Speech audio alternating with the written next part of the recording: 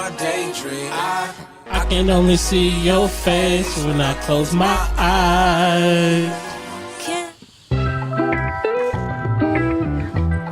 We back. Hey. Hey. Hey. Hey.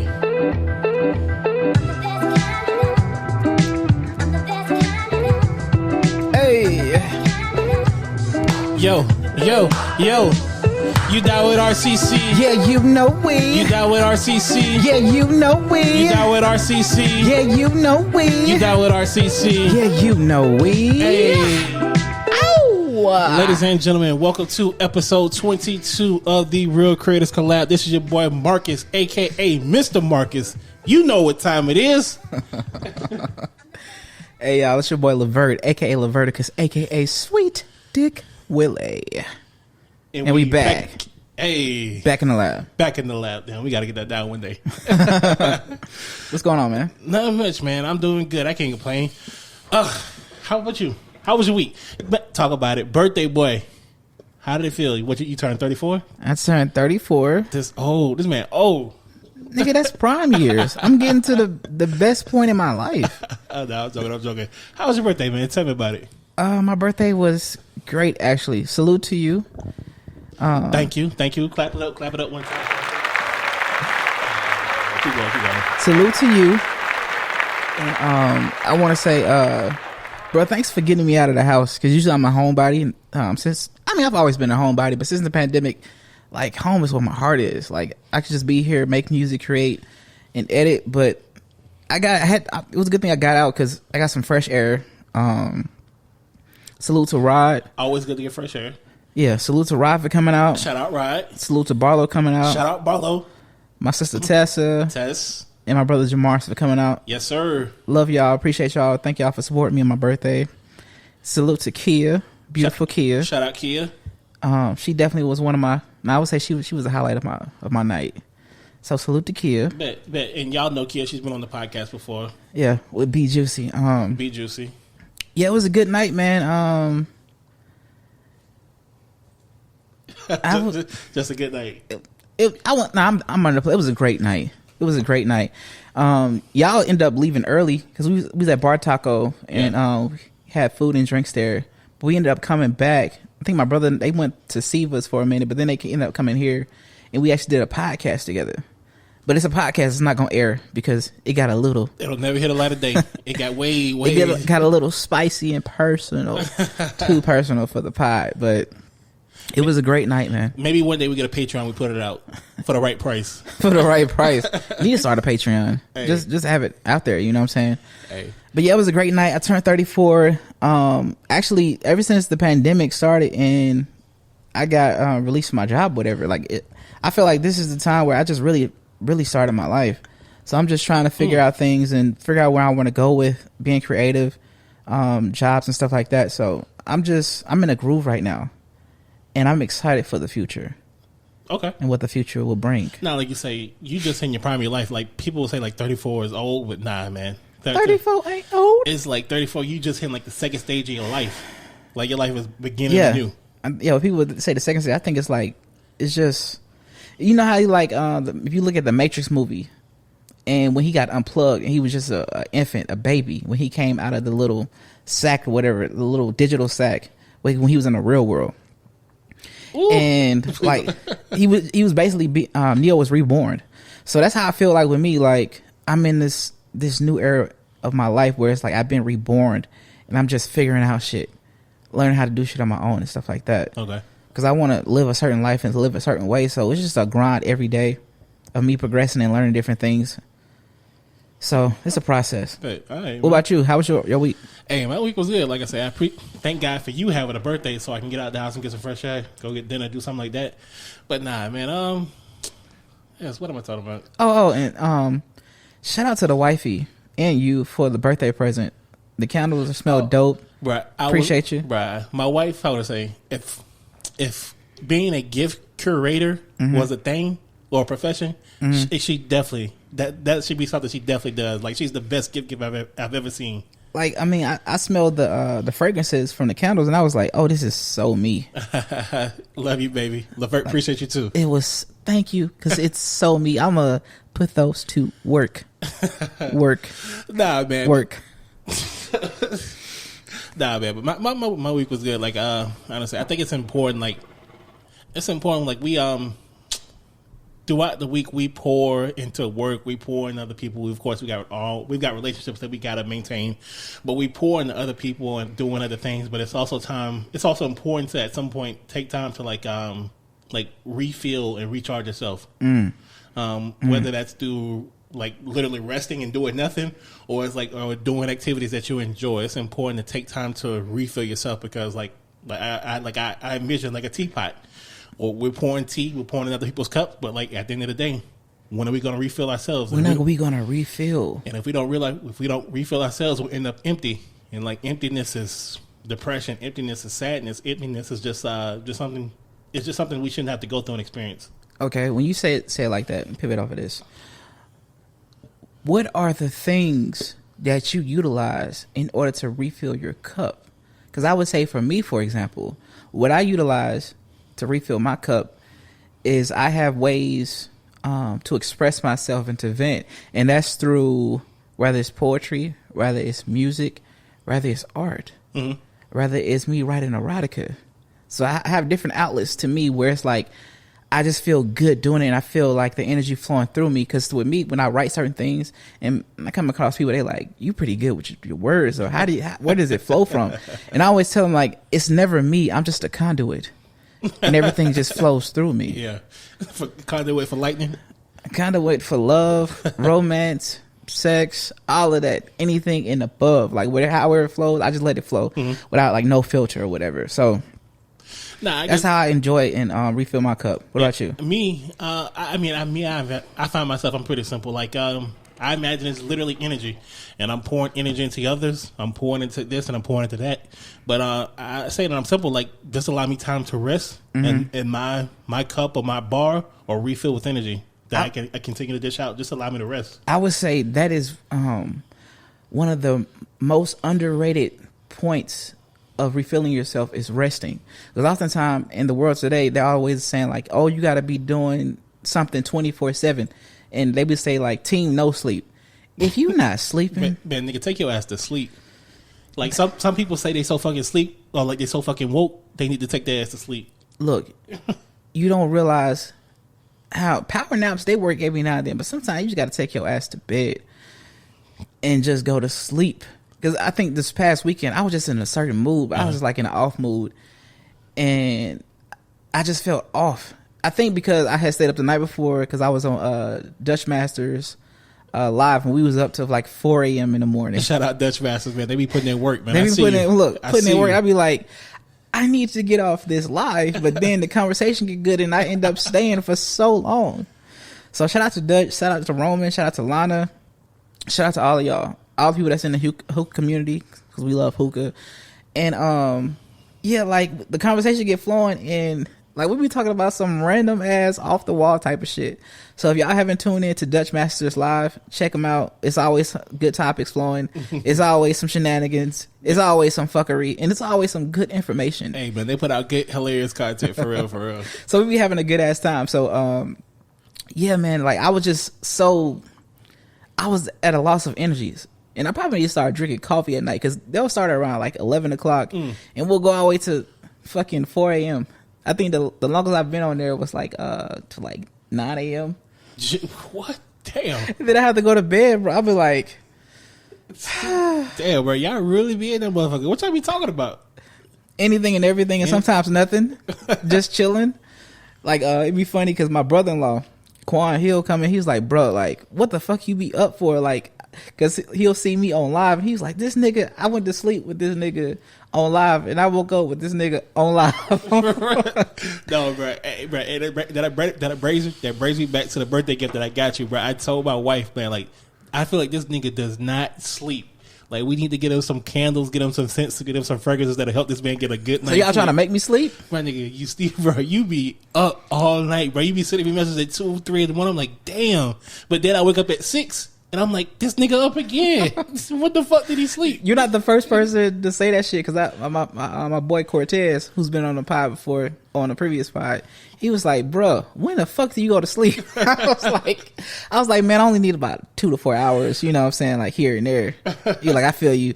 But my sleeping clock has been off since like I've been gone from like regular job, regular work. Okay. So it's like I'll sleep when I need to sleep, and trust me, I get some rest in. I've been getting a lot of rest in, but then it's like now that I'm going through I'm trying to do a body transformation. I'm trying to drop like at least 50-60 pounds within the next 3 months. So y'all hold me accountable. If you see me 3 months from now, I'm not looking the same. I'm trying to be sexy as fuck. When I say sexy as fuck, I want to look good naked. What you mean? You don't think you look good naked right now? I do. But they said pause. They said if you lose 35 pounds, you can gain another inch of dick. Not saying I need more, you know what I'm saying, but why not? I mean, if you could get an inch, get an inch. Yeah. So I'm like, bro, look, I just been with my health. I'm really trying to get that shit back in check. You know what I'm saying? Like, so many people have inspired me. They've gone through their transformations. I'm like, what am I waiting for? Let me go ahead and get in here and go in and put it in work. Okay. You know what I'm saying? So that's the kicker I'm on. Like I'm doing low carb, pretty much keto, and I'm doing OMAD, 1 meal a day, where I get to a point I'll fast for like 24 hours, or 23 hours, and then I'll eat within that hour, and then I won't eat till the next day again. All right. Because I'm really trying to kill this shit, man. Bet. But there's definitely been there's been a change in my mood, and I feel more focused now instead of me eating a lot of bullshit. Because, you know, in the pandemic, I think everybody went through like the pandemic 15 or the pandemic 20 where they got complacent, and you at home and you chilling and you pretty much snacking and eating, you know what I'm saying? So it's like, it's time to get it. Nah, and then like you say, I guess the fasting, it helps with your focus. Like sometimes you ingest food that'll like make you feel cloudy, get like cloudy in your head. And I can't do like the sugars and the breads and pastas and shit, because that shit throw me all the way off. So not the carb, like you say, carbs and shit. Yeah, some people could do it, but I have abused my body so much where it's like it get to a point like, nigga, enough is enough. Like if you've been a heavy drinker and then you get a certain age and your body starts rejecting it. So that's the point I am with that. So it's like, okay, nigga, it's time to get your shit together. Hey, I know what you mean. Motherfuckers then did lines of coke, then drank Henny straight out the bottle, then did shots of Patron for 30, 40 years, but then don't want to take a vaccine. But that's a whole other conversation for another day. Your body looking at you like, nigga. Nigga. But yeah, that's the type of kick I'm on, man. I'm trying to get it. Hey, I feel you. Nah, before the podcast, you talked about all right, dating somebody that's shorter or taller than you. Yeah, I think that's a question. I'm very confident within myself. Yeah. Where it's like, to me, height don't matter. Yeah. But I think probably women, that would probably be more of an adjustment for them than men. Well, the thing, what baffles about the women thing, you got like women 4'11" saying I don't date men under 6 feet. I'm like, bitch, what? Everything you look up at you is taller than you, unless you dating like a small person, a tiny person, like that. Like just the. I mean, we all have our preferences. It's fair to have preferences, but like, goddamn, like, what is the shit become unreasonable? Like, come on, man. That's all I'm saying. But I guess me speaking from, I guess would it be called? I mean, how tall are you? Would it be called height privilege? I guess I'm 6'3", so if I date a girl taller than me, I'm like, yeah, I mean, that's fine. I mean, I'll bust your big ass down. Yeah. I mean, I love stallions. Shout out my baby Meg. Welcome back to Instagram. Meg, she had these bikini pictures. Ooh, that shit looks so good. Ooh, with the natural hair flowing, I'm like, hey, oh my God. Let us say a prayer. Thank you, Lord. Father, thank you for blessing us with Meg the Stallion and all our art pieces and everything. It's flowing. The booty cheeks. We appreciate you, Meg. We appreciate you. Hey. In future name, we pray. Amen. Amen. Amen. Nah, but like I say, sensational. Nah, but like I guess I speak from a point of privilege. Like a dating a woman taller than me, I don't really. Yeah, I really don't think height matters. I mean, I feel like this. I mean, like, I'm not insecure about my height or whatever. Because I'm 5'7". I'm 5'7". So, but even if I dated a woman that was taller than me, I wouldn't feel no type of ways. I mean, like, we all the same height when we lay down. Well, exactly. We the same height. What is it? Vertical or horizontal? I mean, shit. If you fucking right, you vertical and horizontal. Depends on what position you in. Exactly. If you fucking right, it don't matter. Yeah. So it's like, I mean, there's only one size that matters to me, but that's another story. Hey, I mean, that reminded me of that skip that you sent me. Hey, man, listen. Shout out to motherfuckers who are confident, even though you might have a micro penis. Whether it's 3 to 4 inches, if you know you can get them pumps in, hey, keep pumping. Keep going. Hey, like you said, he got a 4-inch dick, but he giving us 7,200 inches of dick. Hey, love yourself. Love yourself first. And I would say like this. We're in a world where everybody's judging each other. I don't agree with the whole fat shaming point of view, where I feel like sometimes it's good to have a little bit of fat shame. I mean, it's really just about being healthy. Yeah, just being healthy. Because you have some women that are thicker that are more healthy than women that's skinny. Mm-hmm. But I would say like this, like, it doesn't matter what people think about you. It's what matters what you think about yourself. That's most exactly. And then like I think, don't get me wrong, medicine is fine, but like we have to understand that Western medicine is really kind of a white man's idea on what health should look like.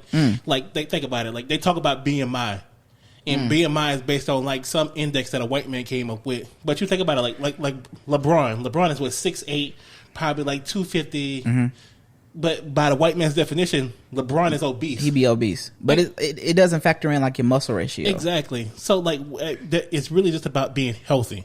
Muscle to fat ratio, because it's funny, like you have bodybuilders or people that's in shape. They got a lot of muscle on them, but they're heavier and they're considered obese. But they're more swollen, fucking cock diesel than like regular motherfuckers. So it's like me, like I think years ago, like in 2012, I lost a lot of weight. Mm-hmm.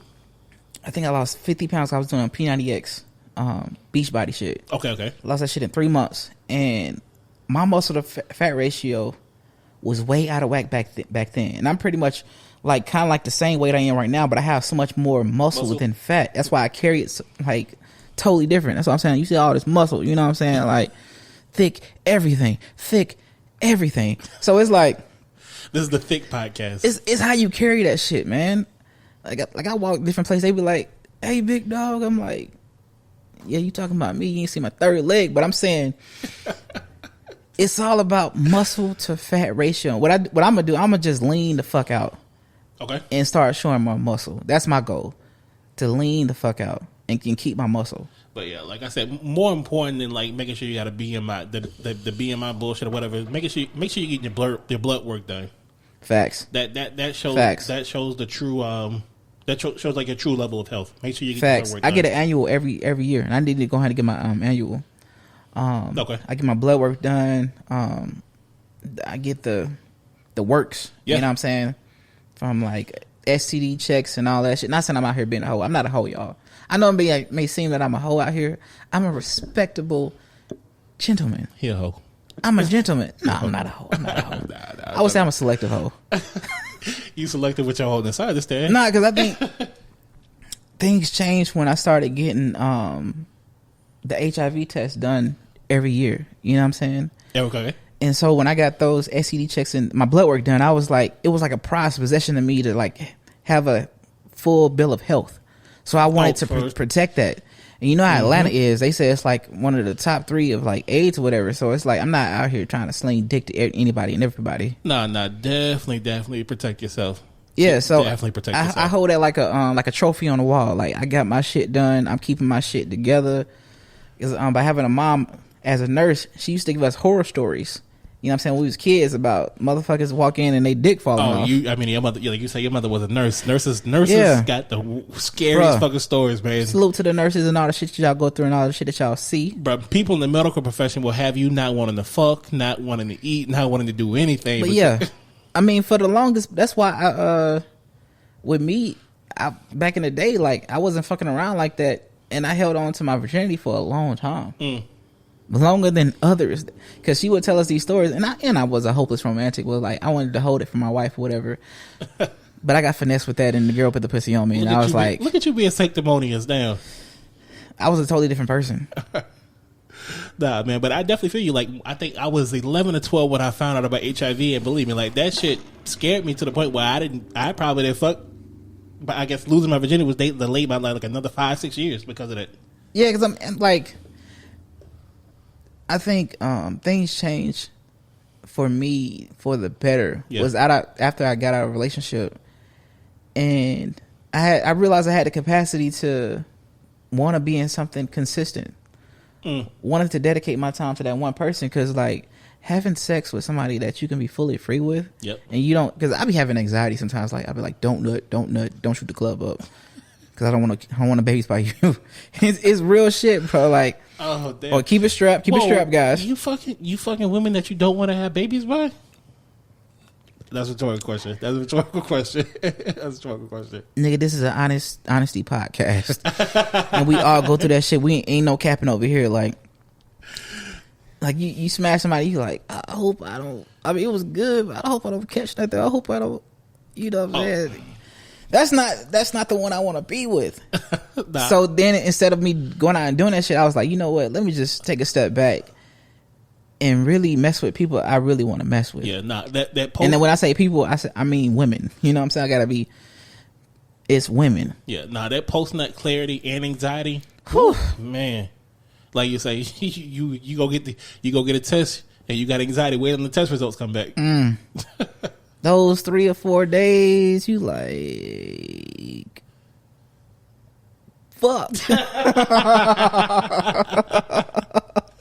Contemplate your life choices. But then when you get the test, you like, whew. Thank you, Lord. Thank you, Lord Jesus. You be like, thank you, Lord Jesus. And the Lord like, nigga, I don't even know you. Who the fuck are you? Then you run back out and do the same show again. Hopefully you don't, but still, y'all know the routine. It's like a loop. A never-ending cycle for sure. A never-ending cycle. Oh, man. But what else we get into? I guess you want to get to the ain't shit motherfucker of the week? The ain't shit motherfucker of the week. Who you got? I'll go first. Go for it. My ain't shit motherfucker of the week it's this girl that I think Spiritual World handle on Instagram had posted. She actually she had her boyfriend that she found out that was texting some other girl. Oh my God. And she put fucking nair in his locks while she was washing his hair. She put nair in his locks. And bro, when I saw it, I was like, this is a fucking horror story. This is, and like, as she was rubbing his hair, some of his locks was falling out. Like that is that not assault? That is fucking assault. You don't fuck with nobody's hair. You don't fuck with nobody's locks, especially, like, lock journeys are very personal. Bro. And it was so disrespectful, man. Oh my God, like that shit was like horrifying to watch. And they posted like it was a fucking joke. Like, that's something that you don't joke about. Exactly, bro. Like that shit. Oh my God, that shit was scary, man. Like if you and I'm like, again, I'm not a woman, but if you, I guess she found like text messages from another woman. Yeah, or whatever. Like just leave. Just leave. That's what everybody was saying. Why do you just leave? Just leave, man. You the fucking clown. You the clown, and then you hurting this person. Because you got to look at it, the time it takes to fucking go from on your lock journey to go from short to long length hair. It's time consuming. It's a journey. I guess how long you been on your journey? It was 4 years in May. Okay, damn. So I'm at 4 years. But yeah, I was very like offended by that and disgusted. Okay. So that's my ain't shit motherfucker of the week. What's up? I'm gonna let you get yours off, then I'll talk about this other story. All right, yeah, believe me, I got plenty of ain't shit motherfuckers. We go back and forth. All right, so I guess my first ain't shit motherfucker of the week goes to Rodney Dunn, an officer in the Arkansas State Police Department, in the attempted murder and vehicular manslaughter of Nicole Harper and her unborn child. Oh, so I forgot about that one. Exactly. So you sent me a video of this coward Rodney Dunn doing a pit maneuver on Nicole Harper, who's trying to pull over safely, and this man performs a pit maneuver and flips the car and potentially attempts to kill her and her unborn child. Yes. I'm just thankful I'm just thankful that her and the child were okay, and that they're suing him and the state police department. They about to get paid, and they deserve it. But I guess it disgusts me on a bunch of different levels. The first level was that video was from last July. Oh, really? Now, Mike is like, why the fuck does it take so long for police video to come out? You already know. Like that, my God, and that brings us to a whole other point. I'll say the callousness and the disregard that we've seen from police officers, police departments in regards to humanity, in particular Black people's humanity. It's like it's what is it? Abhorrent. It's like it's disgusting. It's downright awful. It's evil. Mm-hmm. What else is new? But this is why we've got to defund or either abolish and reform the police. I think people need to stop conflating police with safety. Police do not keep people safe. Police, for the most part, show up after a crime's been committed and the perpetrator's gotten away. So if you show up after I need you, you're damn near useless to me. So like I say, police do not keep people safe. You know what I'm saying? when I think about safety, like I forget who it was. I think it was DeRay McKesson. But DeRay McKesson does this exercise where he asks people, think of the place where you feel most safe. Like he asks people, close their eyes, think of the place where you feel most safe. What does that space have? What does that space look like? Mm-hmm. And then he asks people, are the police there? Hell no. And so why are you conflating police with safety? The reason why you feel safe in that particular space is because you have the resources that you need to survive. The police and safety are damn near polar opposites. So like I say, police do not protect the community. They do not protect the community in the way that they should. So they either got to be defunded or abolished and reformed. Okay, I agree with that. Yeah, who's your second ain't shit motherfucker of the week? No, I definitely, I wouldn't say ain't shit. All right, James Harden. What'd he do? Why the fuck are you fucking cash apping Sweetie $100,000 just to go on a date? For real? Yeah, nigga. Like, who does that shit? I don't care if you a fucking millionaire. So I would ask you, how much do you think you should pay a woman in order to go on a date with her? How much would you give out? I'm speaking from a broke nigga's perspective. Even if you was fucking rich. I mean, I don't know, man. I mean, truthfully, I'm gonna be honest with you. I feel like a lot of rich niggas out here paying for dates and paying for pussy. So simp ass niggas. I'm not. So like I say, but I'm saying, like, by you even coming in that way, it's like you're belittling yourself just to come in the door. You think so little of yourself that I need to pay this woman $100,000. Even if and then from Sweetie's point of view, mm-hmm. if she accept that shit, it's no better than a fucking hoe. That's the exchange.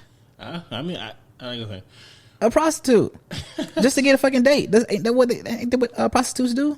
Pay a little money for your services. Thank you.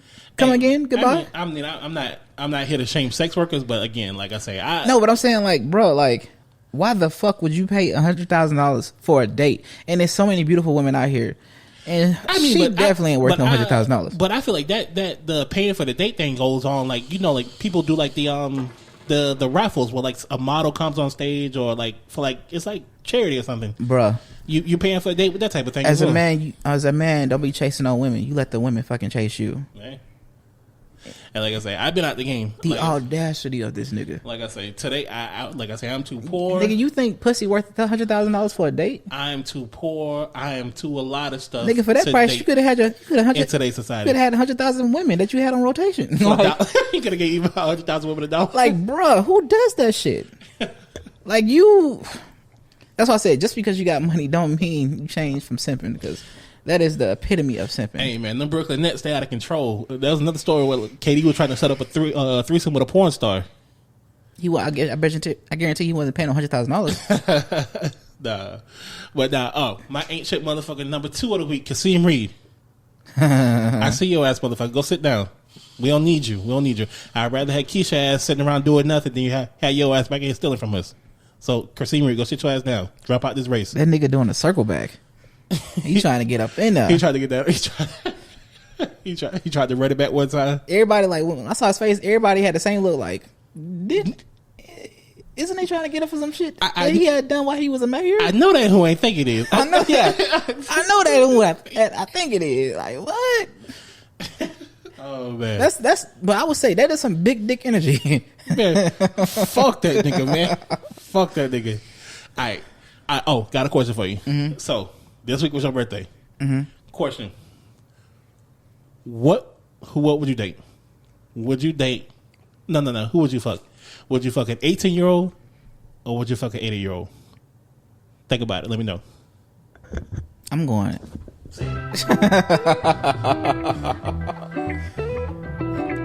I don't know, like, how good you think Angela Bassett will look at 80?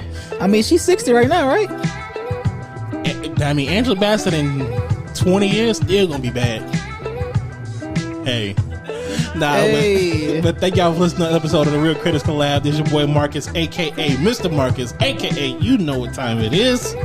It's your boy Lavert, a.k.a. Laverticus, a.k.a. Sweet Dick Willie. And we out. We out. Hey!